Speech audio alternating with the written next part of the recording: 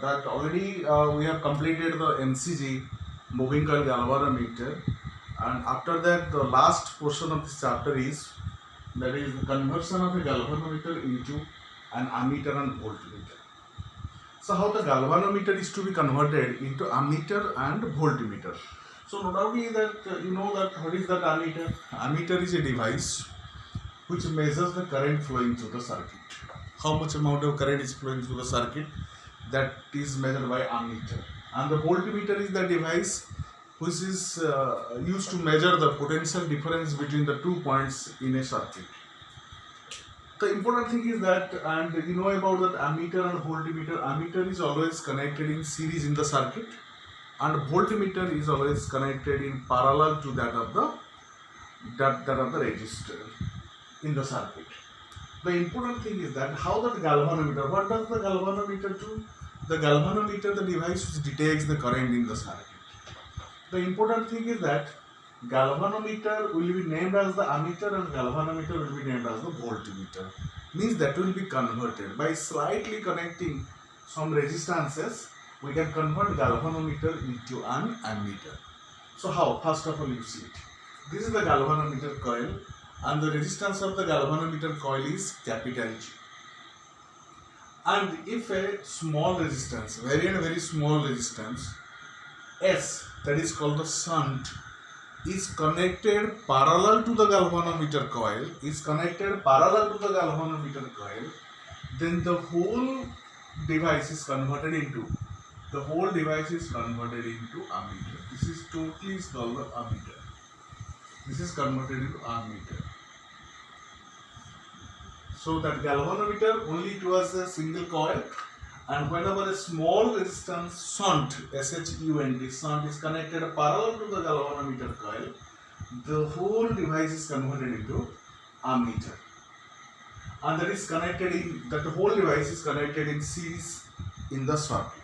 Suppose it is connected in the circuit series. So what happens here? Current I flows, the current I enters. As and when the current I enters into the circuit, here you can get the large resistance and here you get the small resistance. So what will happen?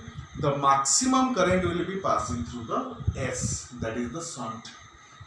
The maximum current will be passing through the shunt. Very few, small amount of current will be passing through the galvanometer.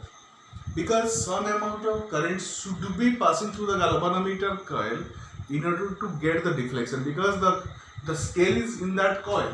Here you can get the scale. For the deflection of the coil, some amount of current is required, and that small amount of current, that Ig, will be giving the full scale deflection. Suppose Ig is that current passing through the galvanometer coil which gives the full scale deflection to the galvanometer. So what happens? From Ohm's law, here because both are parallel, from Ohm's law, that V equal to potential, because PD across this coil and PD across this shunt will be the same, or the PD across this coil, V equal to Ig into G. PD across the coil, this is V equal to Ig into G, and PD across the shunt, that will be the I minus Ig into S, because I current is coming here, Ig is passing through the galvanometer coil, and I minus Ig is passing through the shunt. So that PD across the shunt will be I minus Ig into S. So V equal to Igg by I minus Ig into S. So here you get directly that S equal to how much you are finding? Igg by I minus Ig. So that if you are knowing the values of that, how much current is flowing total current is flowing I, and Ig is actually that amount of very small amount of current which gives the full scale deflection to the galvanometer coil, and accordingly we can, if you want to measure the amount of current, that is the I, then shunt, the resistance should be connected parallel to the galvanometer coil. Another thing is that because galvanometer coil is not only a large amount of current, that is resistance, and shunt is very small amount of small resistance, if both will be connected in parallel, the effective resistance, what will be the effective resistance? If you just combine effective resistance, R effective, if you calculate the R effective, will be equal to G into S by G plus S. G plus S, because in parallel grouping the G and capital G and S both are parallel because these are the resistances. So effective R effective will be G S upon G plus S. G is larger than the S. S is very small amount of resistance. So we can calculate it and it will be nearly equal to the S. So it is very small resistance. The effective resistance of the ammeter is very smaller. Total resistance that is very small one, small resistance. So we can tell the ammeter is a very low resistance device. Ammeter is a low resistance device. Again, you compare the voltmeter. What is the voltmeter? That is galvanometer coil is here. If a high resistance capital R is connected in series to the galvanometer coil, high resistance capital R is connected in series to the galvanometer coil, then the whole device is converted into voltmeter. This is voltmeter. Only this is called galvanometer. Whenever R is connected in series, the whole becomes the voltmeter. So similarly, suppose because this voltmeter is connected in parallel, so it is the high resistance, it is also having the resistance. If both the resistances will be, that means tell that the equivalent resistance will be larger one. If it is always connected in parallel, so that what happens?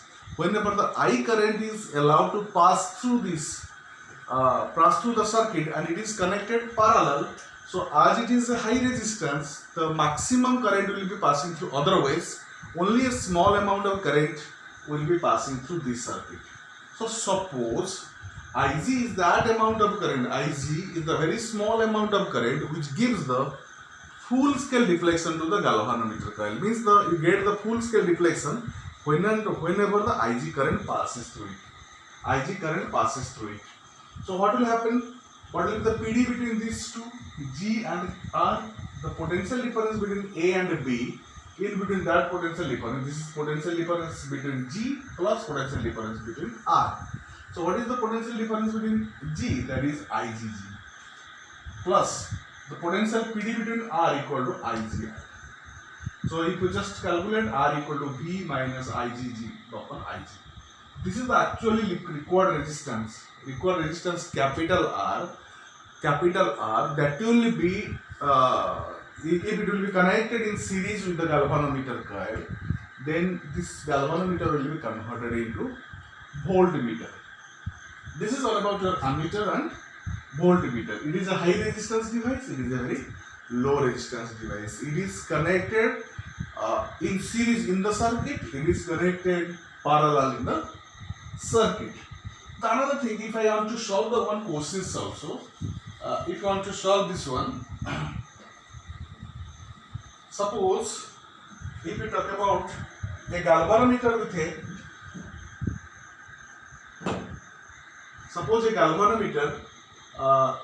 galvanometer of resistance capital G, it is given, you tell it as the 12 ohm.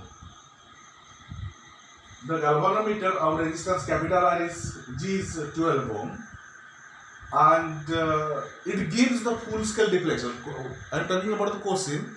If the galvanometer coil of resistance 12 ohm gives the full scale deflection when 2.5 milliampere current passes through it, means we can tell it as the Ig equal to 2.5 milliampere current.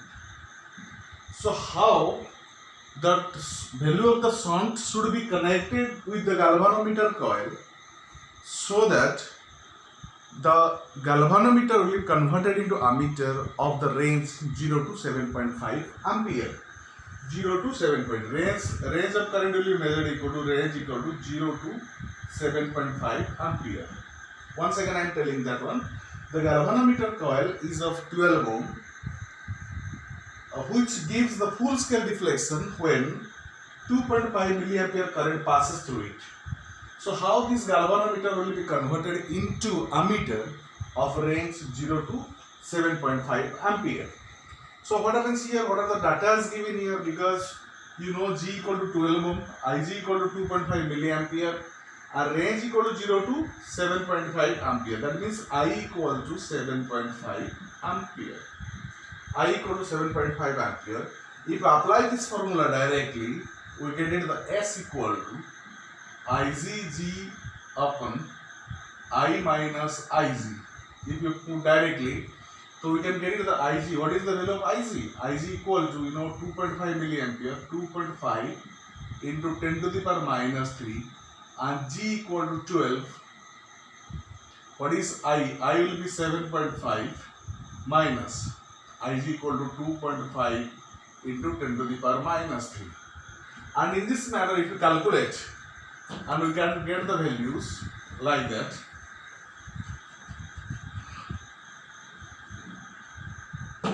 We can get the values that is equal to 2.5 into 10 to the power minus 13, 7.5 minus 2.5 into 10 to the power minus 3, and it is you get it at the 2.5 into 10 to the power minus 3 into 12 upon 7.5 minus, it can be written as 0.0025,